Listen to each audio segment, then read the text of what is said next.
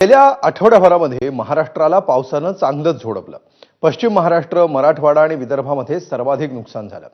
वरुण राजाच्या या अवकृपेनंतर बळीराजा मात्र चिंतेत सापडलाय। पाहूया हा खास रिपोर्ट।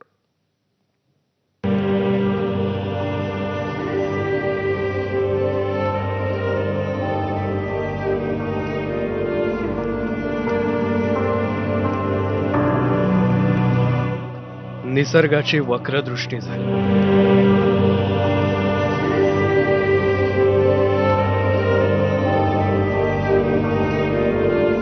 आभाळ पडलं।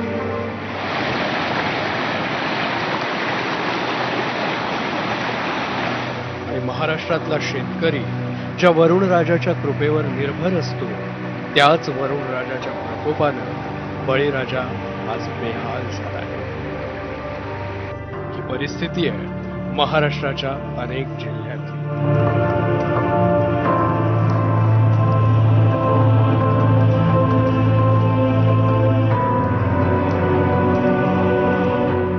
सातारा जिल्ह्याची खरं तर दुष्काळी जिल्हा अशी ओळख, मात्र याच साताऱ्यातल्या माण खटाव तालुक्यांमध्ये यंदाच्या वर्षात पाऊस तुफान बरसला।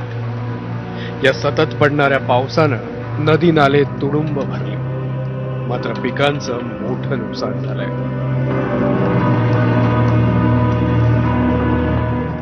त्यामुळे शेतकरी ओला दुष्काळ जाहीर करण्याची मागणी करतोय। साताऱ्यासह सोलापूरमध्येही लाखो हेक्टरवरच्या खरीप पिकांचं अतिवृष्टीमुळे नुकसान झालं। बार्शी तालुक्यातल्या आगळगाव, उंबरगे या गावांमध्ये ढगफुटी सदृश्य पाऊस झाला आणि शेतात पाणीच पाणी साचलं। सोलापूर जिल्ह्यातली सोयाबीन, कांदा, उडीद, मका अशी पिकं उद्ध्वस्त झाली आहेत। सोलापूरच्या सांगोल्यातील कासारगंगा ओढ्याला मुसळधार पावसामुळे नदीचं स्वरूप आलं होतं।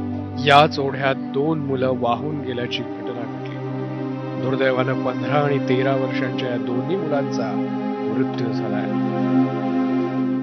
मराठवाड्यातल्या अनेक जिल्ह्यांमध्ये गेल्या आठवडाभर पावसाचा कहर सुरूच आहे। हिंगोली जिल्ह्यातल्या 3.25 लाख हेक्टरवरील पिकांचं या पावसानं नुकसान केलं। लातूरात पावसामुळे शेतशिवारात पाणी शिरलंय। याशिवाय जिल्ह्यातील अनेक पुलांचं मोठ्या प्रमाणात नुकसान झालंय।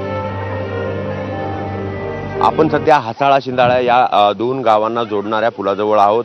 हा ओढ्यावरचा एक पूल आहे जो वाहून गेलेला आहे।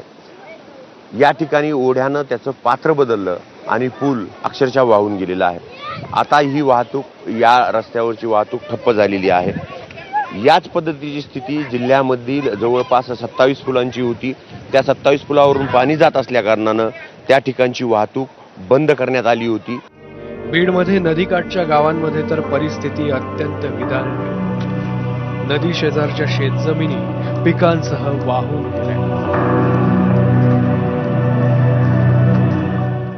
शिरूर तालुक्यातील घाटशिळ पारगाव या गावात मी उभा आहे आणि हे सध्या जे आपण शेती पाहतायत ती पूर्णतः या पावसानं वाहून गेलेली आहे आणि असं विदारक असं चित्र हे शेतकऱ्याच्या डोळ्यात सध्या पाणी आणतं आहे। आपण पाहू शकता की हे सध्या जी काही आपण शेत पाहतोय, याच शेतामध्ये तुरीचं, कापसाचं आणि इतर फळबागा ज्या होत्या त्या होत्या। मात्र जो पाऊस झालेला आहे मागील 2 दिवसांमध्ये, त्याच पावसानं पिकांसह जी काही शेती होती ती देखील पूर्णतः वाहून गेलेली आहे।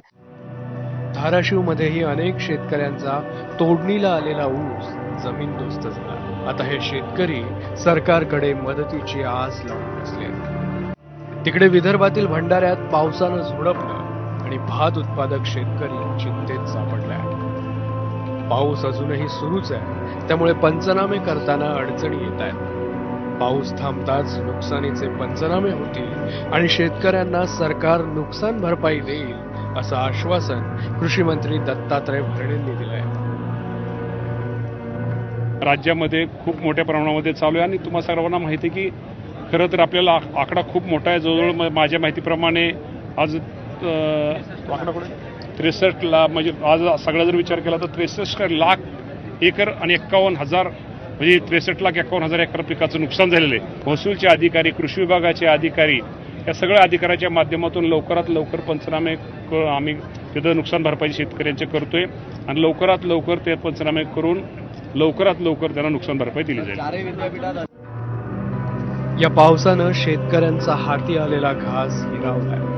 त्यामुळे बळीराजाला आता सरकारकडूनच मदतीची आस आहे. तेव्हा सरकार राज्यातल्या शेतकऱ्यांच्या या परिस्थितीकडे गांभीर्यानं पहा. ब्युरो रिपोर्ट, एबीपी माझा.